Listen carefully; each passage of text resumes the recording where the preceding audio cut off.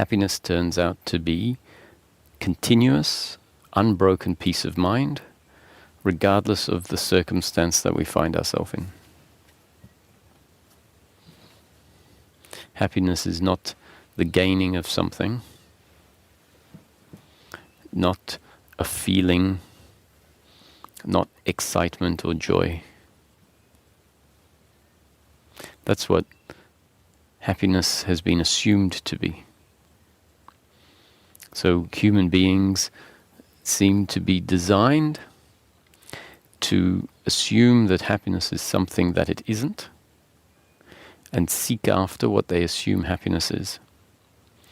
So the movement is a movement towards happiness through outcomes, happiness through pleasure. Because that's what happiness is believed to be. Now, because we believe happiness to be something doesn't actually make it that. Happiness for the human being turns out to be something very specific, something very ordinary and simple, so ordinary and simple that the intellect can't imagine that that is what happiness is. Once again, happiness turns out to be continuous, unbroken peace of mind, regardless of the circumstance that we find ourselves in. And so it makes sense that even though we're looking for happiness, that's what everyone in life is looking for, happiness.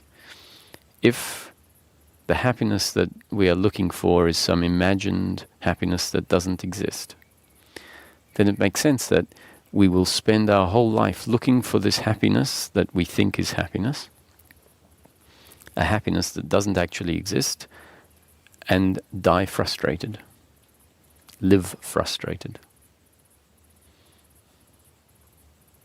So at the beginning of the talks, for very good reason, we say if you find yourself seeking,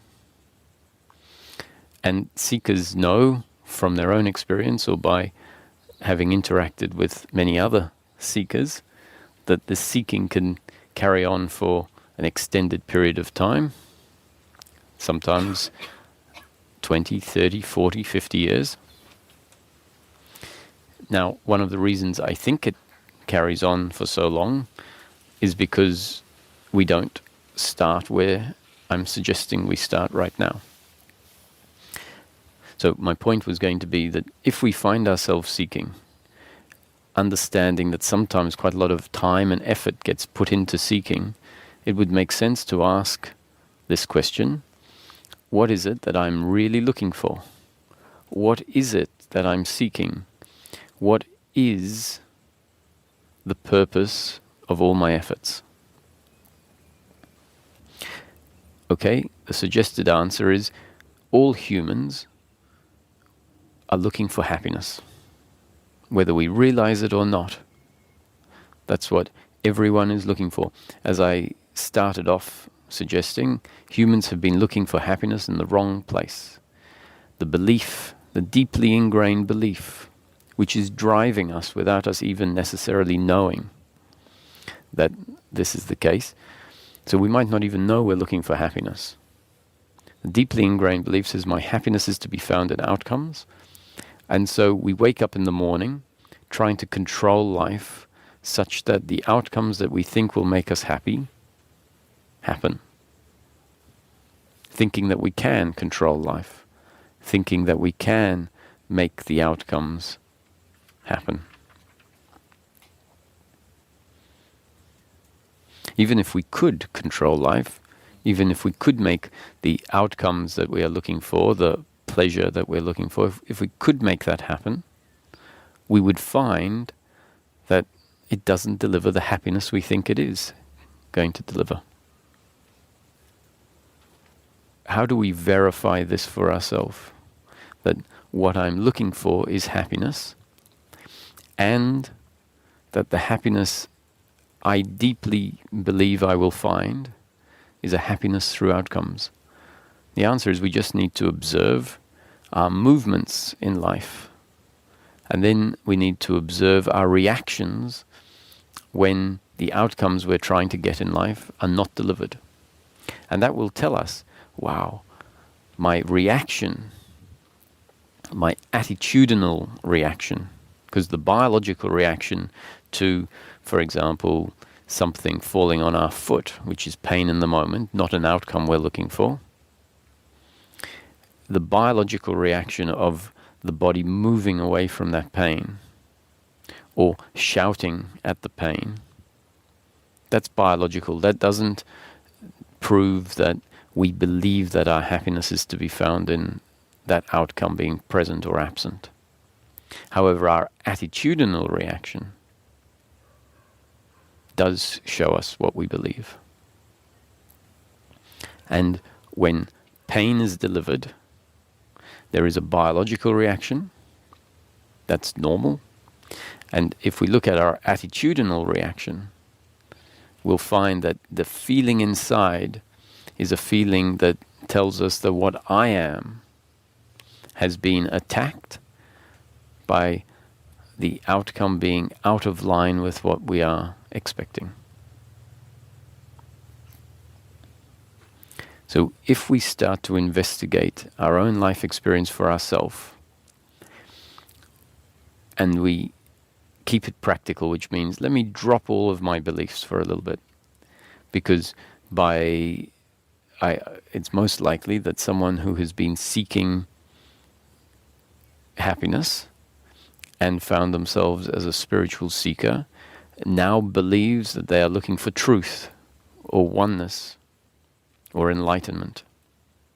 It's almost guaranteed that if I ask someone, what are you really looking for? Depending on the path that they have found themselves on, the answer is, I'm looking for truth. And it's quite possibly a belief. Something that has been heard or read. Something that sounds noble. Something we've believed. And now automatically to that question, what are you looking for? I'm looking for truth. Why? You're not looking for truth because you think truth will leave you in a state of eternal damnation. Looking for truth because you think you'll find yourself feeling intense physical pain when you get truth, when you find truth. We're looking for truth because we believe that if I find truth, I'll be happy. We're looking for enlightenment because we believe when I'm enlightened, everything will be okay. I'll be happy. We're looking for union with God because we assume that when there is union with God, I'll be happy. We're looking to know ourselves because we believe when we know ourselves, I'll be happy.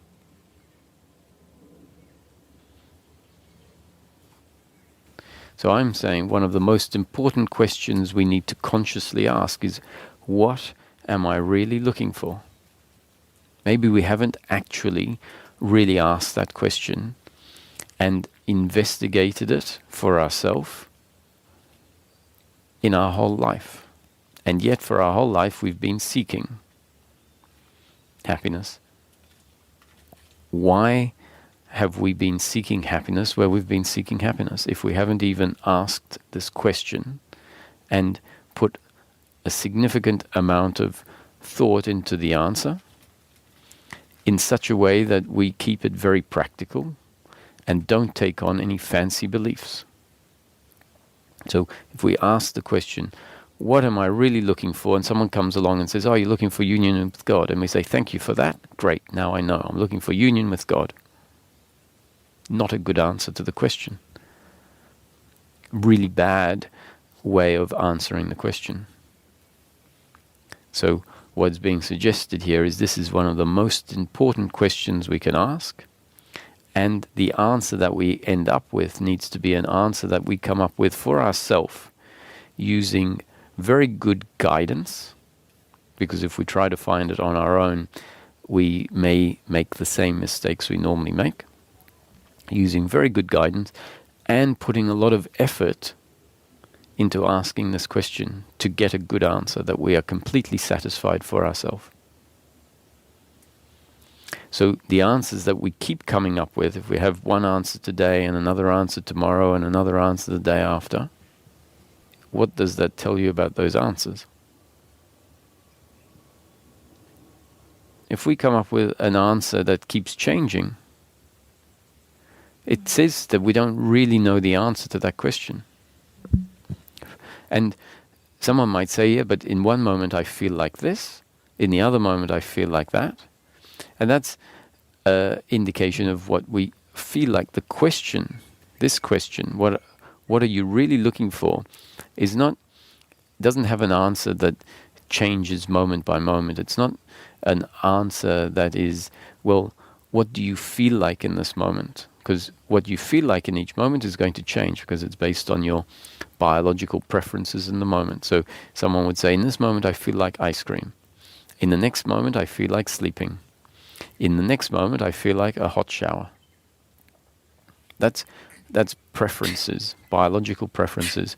This question, what am I really looking for, is what am I really in my life? What am I really looking for?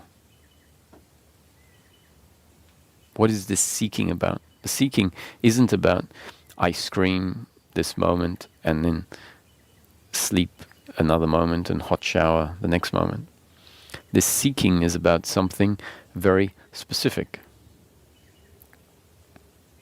And so, this discussion is good because it highlights that we haven't really asked this question and put effort into coming up with an answer that we feel completely satisfied. And what's important in coming up with the answer is that it's a practical answer, not some theoretical answer, some philosophy that we've just heard that sounds good. And the same with it even being a theological or a spiritual answer that sounds good, but we can't really verify. Let's find a way of finding out really by investigating our own life what we're looking for. And the suggestion here is that we'll find by looking at everything that happens in our life that we're looking for happiness. We don't know that we're looking for, because we say, I'm looking for a new job, I'm looking for a new relationship, and then we say, I'm looking for enlightenment, I'm looking for oneness with God. But we look for all of those things because we actually believe that they will make us happy. And so that part is accurate. We are looking for happiness. And we might not have clicked, I'm looking for financial security because I think that will make me happy. I'm looking for a new partner because I think that will make me happy. And I'm looking for enlightenment when that started because I think that will make me happy. So then we can say, everything I do in life, I do it because I think it will make me happy. Even selfless acts of helping the poor or saving the world, we do it because we believe if I do this, it'll make me happy. If I ask people, what will make you happy, the list will be completely varied for a whole lot of people. Different people will say different things. And when we look at the answers, we'll find that the answers that have been given about what will make people happy are all circumstantial things, outcomes, pleasure in the flow of life. I would like a new partner, I would like a new car, I would like a new house, I would like new belongings, I would like a new job, I would like a new body, I would like, fancy clothes, I would like a new haircut. Before you said you are looking to know that you are not the body. Yeah. Now, I guess one of the things is from this. So I have to say that's another wrong answer. Hmm? But the fact that it's a wrong answer, don't feel bad that it's a wrong answer. No. I would feel excited that, oh, maybe I realize that I have wrong answers to this question because I haven't asked the question in a way where I'm really interested in the answer. So the logic you have is, if I know that I'm not the body, then when things happen to the body, they won't bother me. And so you're looking and you're seeing it's your reaction that is a problem. Now, we can have an error here where we think that if I get angry, that's my unhappiness. And so then we say, in that case, I'm looking for the end of the reaction of anger. Now, anger is a biological reaction. It's always going to be there. And the reason we don't want it is because it's a painful biological reaction. It doesn't feel as good as some of the other biological reactions.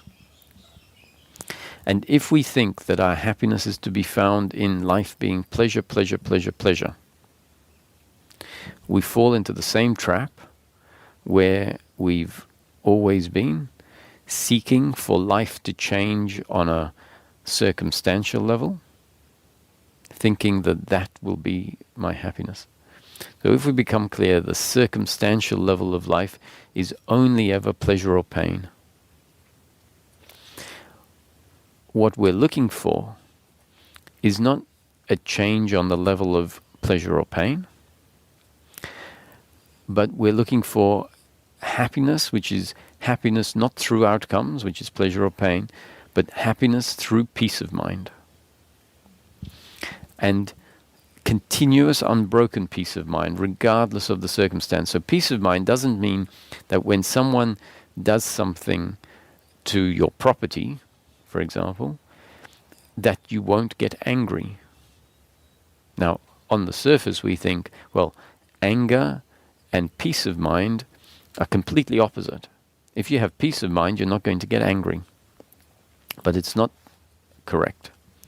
If someone does something to us biologically, the body is going to have a biological reaction. And that could include anger. So if I come back from the shops with my trolley, come up to my car, and as I approach the car, I notice that my car didn't look like that before I left. I come around the corner, and the side of the car is completely smashed. Peace of mind doesn't mean that we would see a car that we know to be my car that looks completely smashed and continue as if nothing has happened. There's going to be a biological reaction. We might burst out laughing at the fact that my car has been completely wrecked in such a dramatic fashion, and I come along and see it. We could burst out crying. We could swear. All of those are biological reactions which make complete sense. If we were to come along and go, oh, my car has been wiped out, that is a biological reaction. And so that is a calm biological reaction. If we break down crying, we might say that's not a calm biological reaction, but it doesn't matter, it's a biological reaction. Peace of mind is not on that level. So what we often think is that when I'm enlightened, then I will biologically act in a way where I am equanimitous with whatever happens. Biologically, that can't happen. So the peace is not in relation to our biological reaction, but it's in relation to our attitude towards our biological reaction. Peace is not to do with the pleasure or pain we get in life, and in the flow of life, our biological reaction is part of that pleasure and pain flow. So if I see the car and I get angry, that emotion of anger, which is a biological reaction, is painful. It's not as pleasant as some other biological reactions.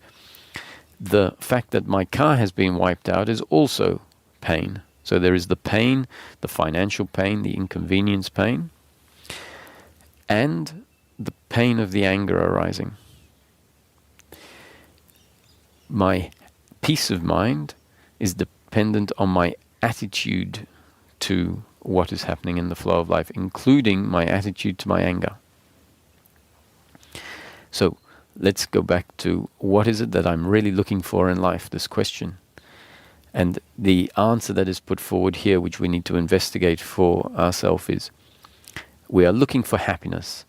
Every human being in life is looking for happiness. Now, it might sound presumptuous for me to say I know what every human being is looking for. But when we find this out for ourselves and we see the difference between the circumstance in life and outcomes in life, which are pleasure or pain, and understand that on a biological level, everyone has very unique makeup, very unique preferences. So everyone on a biological level is going to prefer different things. That I completely understand. But when we find out what we're really looking for ourselves, it becomes very clear, everyone is looking for this happiness, because the happiness is not a circumstantial happiness. The happiness is a happiness that comes from our attitude to circumstance. And that attitude to circumstance that ends up being what we recognize as my happiness is not the gaining of anything, but the falling away of a certain attitude that delivers an uncomfortableness with oneself. And when we see, yes, everyone is seeking outcomes in life, but they're seeking outcomes because they think the outcomes are going to solve the uncomfortableness with oneself that is present. The uncomfortableness with oneself tells us inside of it, gives us an instruction of what it is that will fix it. As we come to look at this uncomfortableness with oneself a bit more closely, we'll see that that uncomfortableness with oneself is based on a false set of beliefs about who we are.